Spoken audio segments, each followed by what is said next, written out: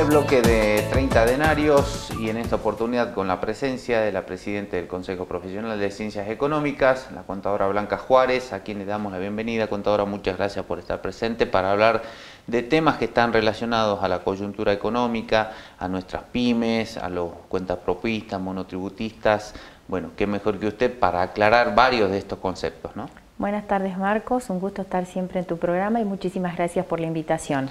Bueno, cuando uno empieza a ver las medidas económicas que se van tomando, la pandemia, cómo ha perjudicado a muchas de nuestras pymes, a muchas de iniciativas privadas principalmente, hoy han labrado distintas políticas de Estado que quieren reactivar ese contexto.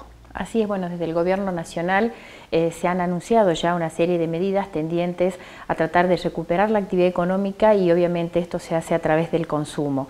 Bueno, en ese sentido, una de las medidas que se han tomado ha sido ampliar la aplicación del programa Repro, que solamente se está aplicando en algunas actividades y en las más críticas. Ahora se amplió al comercio, también a la gastronomía, también obviamente se sigue apoyando todo lo que tiene que ver con el tema de salud.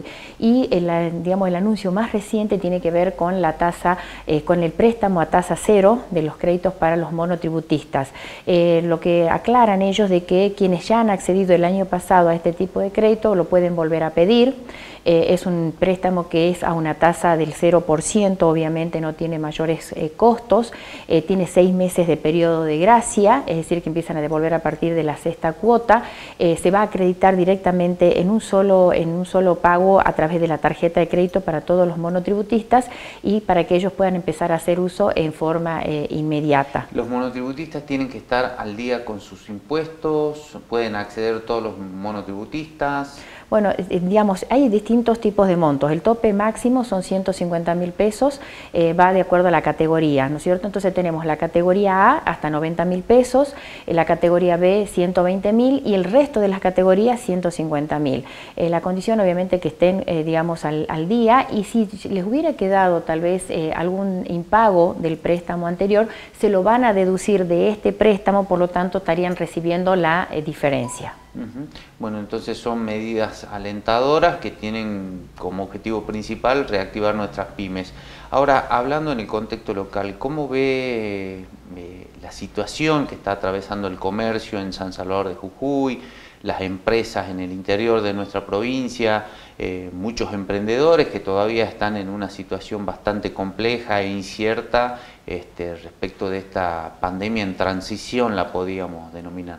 Bueno, la situación compleja está a lo largo y a lo ancho del país. Nuestra provincia no es excepción en ese sentido. Sí observamos que se ha tratado siempre de sostener y propender a que las actividades tiendan a una mediana normalidad. Por supuesto que no podemos decir que se ha vuelto a una reactivación total. Hay actividades que siguen muy complicadas. Las esenciales han seguido todo el tiempo funcionando y creo que son las que están en mejores condiciones para enfrentar todo esto, que tiene que ver con la provisión de artículos de primera necesidad, sobre todo la parte alimentaria, sobre todo la parte también de artículos de limpieza y la sanidad, pero tenemos otras que se habían paralizado casi totalmente, como fue el tema del turismo. En el caso particular nuestro, vinculado al turismo, el tema de la gastronomía, donde vimos, digamos, la mayor afectación fue en el norte, en la Quebrada y Puna Nuestra, donde tanto la hotelería como la gastronomía dependen del turismo y sobre todo el que venía de afuera. Se trató de mantener un turismo interno, pero bueno, eso obviamente no alcanzaba. Ahora ya se empezó a reactivar. Nosotros pudimos ver en el mes de julio, inclusive tenemos los datos y la información que emitió el Ministerio de Turismo y la Secretaría también de Turismo y Cultura, donde informan que las cifras fueron bastante alentadoras, donde el turismo no solamente se quedó en el receptivo de lo que podía ser la zona norte, sino también tuvimos ya de otras provincias, del extranjero. Entonces eso estimuló muchísimo a la gente a volver a reabrir sus puertas, porque estuvimos inclusive charlando con algunas personas de la zona de Humahuaca, Tilcara y Purmamarca, donde había algunos que realmente habían cerrado. Muchos son emprendimientos familiares, Marco, ¿no? Entonces eso también les ayudó de alguna manera, al no tener personal en relación de dependencia, a superar el trance y a reabrir nuevamente sus puertas, y ahora sí pensar nuevamente en que pueden llegar a tomar personal para, digamos, reactivar la actividad. pero también tenemos que tener en cuenta de que siempre tenemos este componente externo que es la tercera ola. Ya se habla de la tercera ola, que tiene que ver con el tema de los contagios del COVID. ¿Cómo lo vamos a manejar? Se piensa en que teniendo la población mayormente vacunada, en ese sentido, de hecho, el gobierno de la provincia llama a la responsabilidad de cada uno de nosotros en que nos vacunemos, nos van a exigir los certificados y las constancias para poder circular, para poder trabajar, que estemos vacunados. Entonces, si, digamos, de forma colaborativa todos vamos poniendo de nuestra parte, podremos ir viendo en el tiempo qué es lo que va, digamos, llegando o llevándonos a una mayor normalidad. Obviamente siempre vamos a tener esta suerte de, digamos, de falta de definición, porque no sabemos el comportamiento final del virus. Bueno, hablando de la pandemia por un lado, y sabemos todo lo que ha traído en materia de perjuicios, o sea, no solo para el sector económico, sino también para la parte sanitaria, para la parte educativa, para la parte social. Tenemos una inflación que no la podemos parar desde hace años. Vemos nuestros países limítrofes que están en crecimiento, que comparando la inflación de Argentina mensual es la anual de ellos. ¿Qué perspectiva podemos tener en un país así, ¿no? O sea, ¿cuál sería el poder decir, bueno, tenemos este horizonte, tenemos este norte, pero tenemos que pensarnos en 20 o 30 años?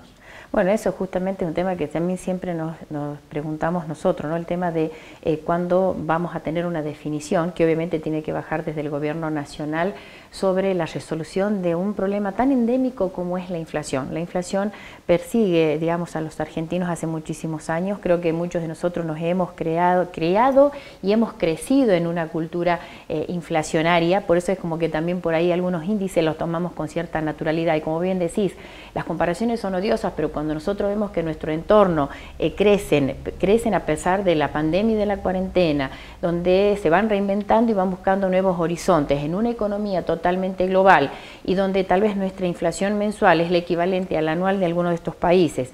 Por ahí también analizamos que hay países que han podido crecer en medio de la inflación, pero ¿por qué? Porque muchas veces la emisión monetaria fue o representó el crecimiento en infraestructura que, digamos, tan necesaria en un país, ¿no? La parte de la obra pública tiene mucho que ver con el impacto de crecimiento y desarrollo en un país. Nosotros en algún momento también, y lo decíamos en los informes de coyuntura, esperábamos que desde el Ministerio de Hacienda de la Nación se defina un plan post-pandemia de cómo manejarnos en esta situación. Y bueno, obviamente se van sacando medidas que son paliativas, pero no son cuestiones de fondo. Diga cómo podemos llegar a solucionar el tema inflacionario por un lado, cómo bajar la presión tributaria por otro, que propenda al crecimiento de nuestras pymes, porque la verdadera reactivación para buscar este horizonte que vos decís y que sería, digamos, el ideal, tener esa previsibilidad desde donde, digamos, un emprendedor nace, ver cuál es el camino que tiene que transitar hasta consolidarse y crecer, hasta ser generadores genuinos de empleo, ¿no es cierto? Necesita de un entorno que le dé seguridad jurídica, porque todas estas definiciones que tienen que ver con la materia tributaria, que tienen que ver con la materia inflacionaria, tienen que ver con la cuestión de la seguridad jurídica que necesitamos para, digamos, quiénes son los emprendedores o las empresas nacionales, también como aquellas que pueden venir a invertir acá en la Argentina, que también muchas veces las necesitamos, o sea que, digamos, capitales que nos permitan a nosotros inclusive un desarrollo periférico de otras actividades. Entonces, definir esto necesita, digamos, de una decisión política muy fuerte, muy importante, y, digamos, trasladar parte de lo que es el recurso público hoy día, que va a la parte asistencial, a sostener programas, que en todo caso se traslade a sostener las pymes, para que las pymes sean las generadoras de empleo. Así es. Bueno, contadora, muchísimas gracias por su tiempo. Seguramente en el transcurso del año vamos a tener muchas de las actividades que viene realizando el Consejo, las comisiones, la gente de Economía, de Administración, de Recursos Humanos.